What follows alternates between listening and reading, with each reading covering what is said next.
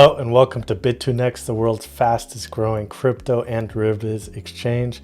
Today, we're going to be looking at some of the chart features, specifically how to use the Trendline tools.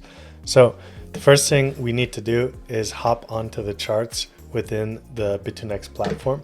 So you can do so by going to the Futures tab or the Spot tab. So let's just do Futures tab for this example. And so we'll be greeted with this large, beautiful chart. You can change the size of it. So I made mine a little bit bigger, but you can play around with the size using the bottom right corner. So next, we want to hop over to this left column here. This is where all the tools are located. So you have everything from Trendlines to Fibonacci to drawing to text, but let's focus on Trendline. So first, if you just click right here, you'll be greeted with a standard trend line. This allows you to move it around any way you like, just like so. And you just need to click twice to press it. You can also move it around like this. But if you click the little arrow next to it, you'll have many more options that you can use. So let's just do the default trend line real quick and show you when it's good to use it. So it's good to use it whenever you're getting angles that aren't fully horizontal or fully vertical. So for example, this angle right here is, it's an angle, it's not a straight line. So this allows you to play around with it and measure exactly how you want to place this trend line. So for example, we have this uptrend here. We lost it for a second, came back, retested it, and then continued moving up. So that's a good way to use that one. Similarly, you have the horizontal ray. Now this one is good if you want to do a trend over a longer time period. So let's go on the daily chart for this example. So you can see we're holding this kind of uptrend here on Bitcoin. So let's put it right here near the bottom. And what this does, let's use these 2 points. It uses 2 points and then creates an infinite trend line going that direction. So the reason I placed it right here is because this is from our bear market entering our bull market. This has been our vertical support. So it is possible that one day we do retest it and then move up. So on larger trends, it's nice to use this ray feature.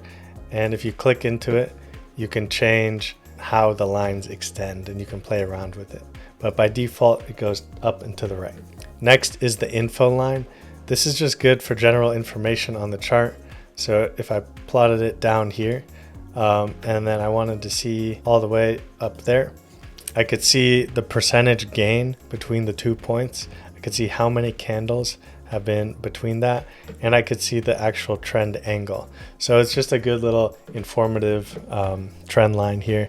It's not really used in technical analysis. Below that, we have the extended line. So this is similar to a ray, but it just extends it on both points.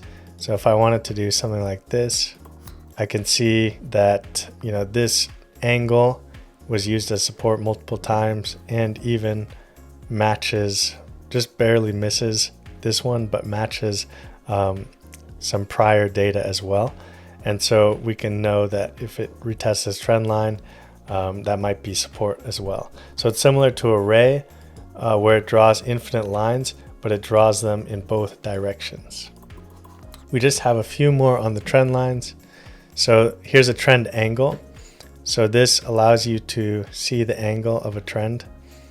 So right here, this trend angle is 41 degrees. Some people like to know the different variations of the angles, measuring how sustainable an up or down trend is. So that's something good to know.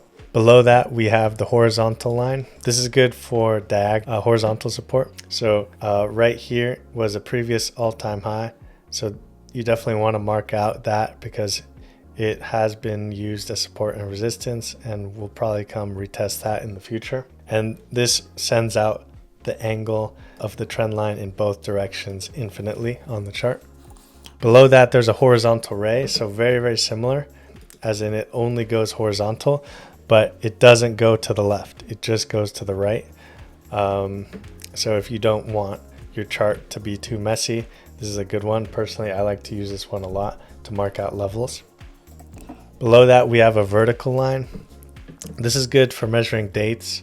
For example, if you know there's a big news event on June 1st, for example, you can mark it out right there, and you'll know that when we approach that, to be aware. Also, you can mark out days that we bottomed. For example, we bottomed on August 6th or 7th right here. And so you can mark out the next bottom. You can see if there's, the same amount of time between those points. It's more about time-based technical analysis. So it's pretty cool. You can mark out like your quarterly zones as well. And then lastly, we have the cross line. So the cross line is a combination of vertical and horizontal, and it looks like this. So it's good for measuring time zones as well as support. It's also good if you want to break your chart up in certain ways. For example, this was the top here. So we know when we're on the right side of this line and below, that's resistance. We're in this quadrant, and then eventually we can go above it. So it's not used a lot, but if you ever needed to have something like that, it extends infinitely up, infinitely down, infinitely left, and infinitely right. So those are all the different types of trend lines you can use, and a lot of them are very, very important, especially for marking out support and resistance. So now you understand those, and I hope you continue trading with Bitniux and have fun on the charts.